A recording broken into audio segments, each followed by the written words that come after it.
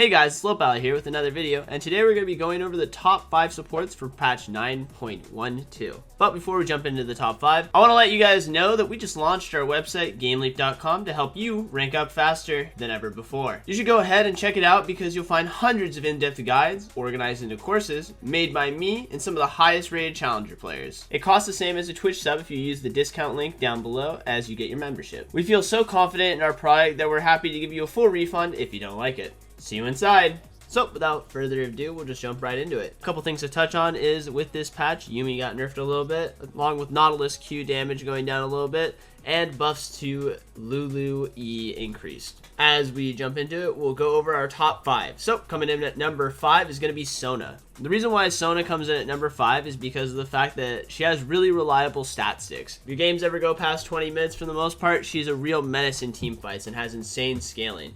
So in the majority of games where they're going to 25-30 minutes, plus the fact that she has a lot of shielding that trivializes taking Baron, even if your teammates are low on HP or you didn't kill a lot of people, she comes in at number 5. Her laning phase is reasonably reliable, but she has sometimes propensity to feed in early stages if you are mispositioning early. So she's not super strong, but her consistency in the overall late game makes her number 5 in this one. So coming in for the rune setup is going to be running Airy. I know a lot of people like to run the Kleptomancy, but for the most part, it's just a bait and usually gets yourself killed trying to get Kleptomancy stacks in the laning phase. So don't take this rune setup at all. So for the Airy setup, we're going to be taking Airy, as we said before, Mana Flow Ban, Transcendence for that extra CDR, and then Gathering Storm. You can swap out to Scorch if you feel like laning phase matters a little bit more and you want a little bit of extra bump, but most of her late game is where she shines the most, so I like all the scaling runes in this regard. Now, when it comes to the secondary runes, you can kind of do two different approaches. You can either go Inspiration and take Biscuits and Cosmic Insight for that extra CDR and just sustain in the laning phase, since if you are using your W to heal a lot, it'll help you with some of the mana problems you have while you're building towards Mana Flow Band. If not, you can also go into the Resolve tree and either take Bone Plating if you're worried about getting all in the laning phase, or you can take Conditioning and then afterwards it's Revitalize. This will make you a lot more tanky and give you more sustain power, but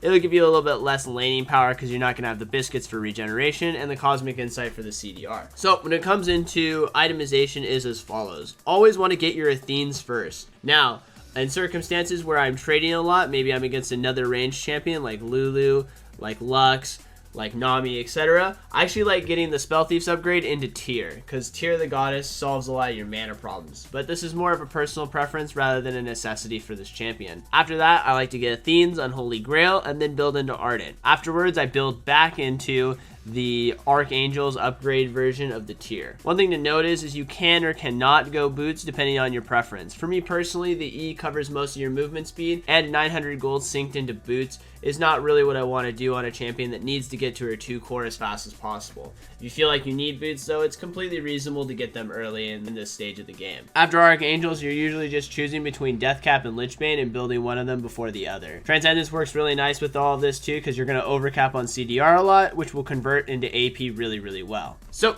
let's jump into number 4, which is going to be Yuumi. Despite the nerfs to Yuumi, she's been pretty overbuffed when it came to the knee-jerk reaction in the early stages of her low win rate. So because of this, I don't think the passive nerf for the most part does too much to her. I think now that people have gotten familiar with this champion, her power level is more reasonable nowadays. She has great poke and laning phase, and her ult can pretty much turn any team fight. On top of that, she scales exceptionally well and doesn't actually need her AD carry to be doing well in order to be a menace in the fights. Also because of the fact that she's literally untargetable, it means that she's kind of hard to die on in both laning phases and team fights. Now, one drawback about playing Yuumi though is a lot of her power is pushed onto the understanding of your teammates. So without being duo Q with somebody or in really high elo like Diamond or Masters, her power level does go down a little bit. That's why she comes in at number 4, just because the majority of people aren't going to be playing in super high elo. So I do recommend, if you do like Yuumi, to be playing at least with a duo ADC. That way you can coordinate and work together a lot.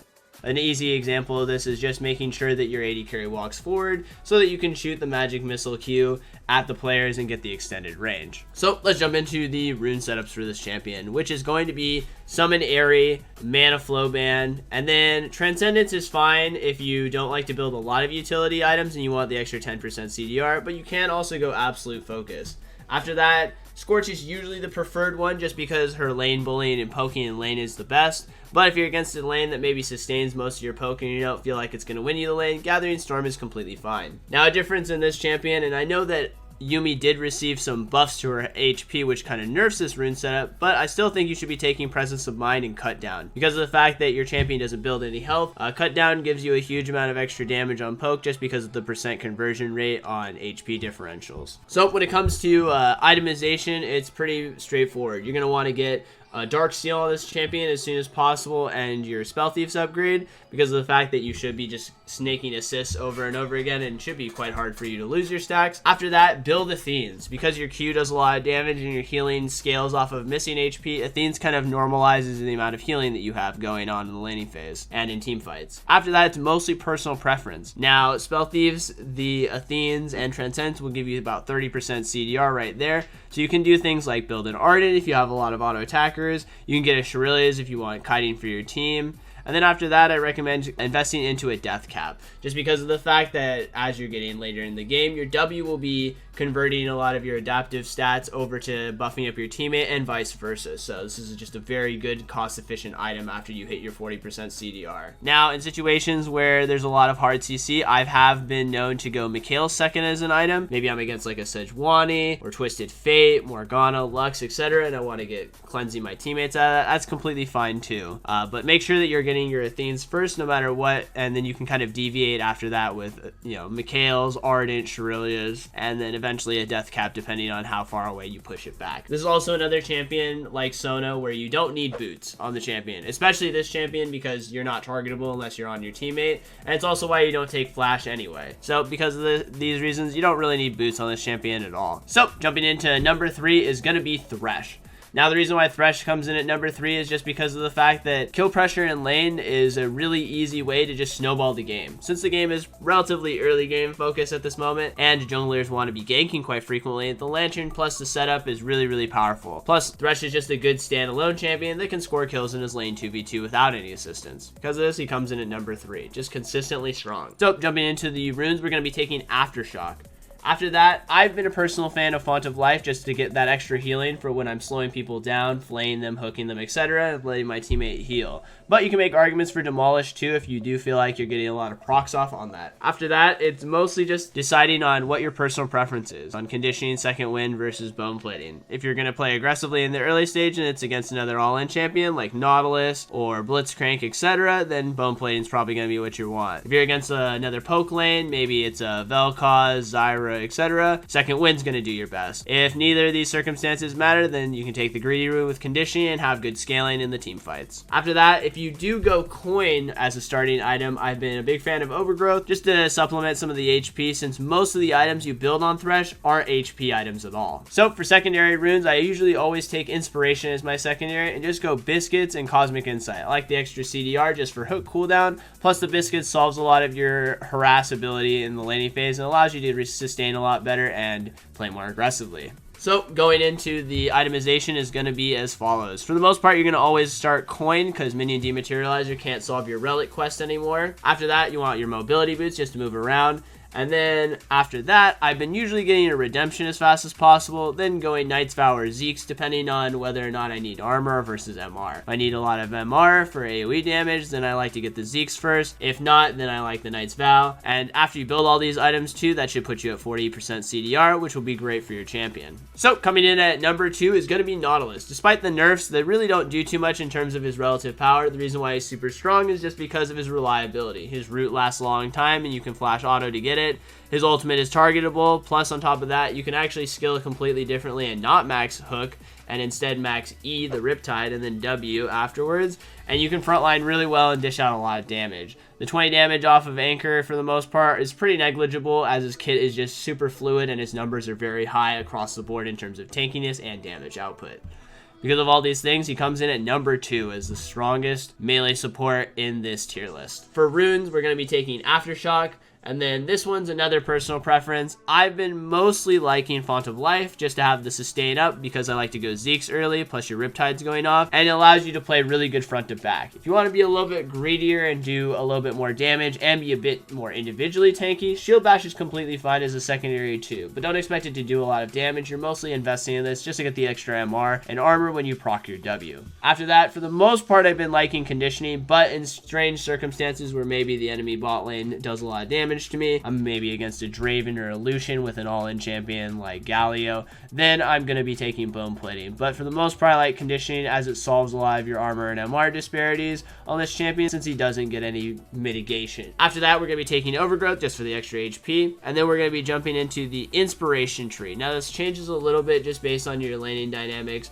Sometimes minion dematerializer is better if you feel like you can't walk up and go for cannon minions, or you're at a disadvantage pushing. So a great example for this is maybe you're playing like Nautilus Ezreal versus like a Sivir, then you want to have control of the wave and be able to push a little bit more. Minion dematerializer solves a lot of these. After that, I've been a big fan of Cosmic Insight, but you can make arguments for a lot of things such as the boots for free, or actually in this case, approach velocity is really good for allowing you to just CC people and keep on them the entire time and get a lot of movement speed. One of Nautilus's greatest strengths is the fact that he has just insane uptime, and that's one of the main reasons why he does so much damage when he connects to somebody. For the most part, this is up to you and your personal preference for inspiration. So when it comes to itemization, you just want to upgrade to your tier 3 relic upgrade as fast as possible. Now Moby Boots are a reasonable purchase if you are the primary engager, but if there's a lot of other melee champions or things that can engage, sometimes I like to go Ninja Tabby or Mercury Treads depending on the circumstances and how much damage they're dealing,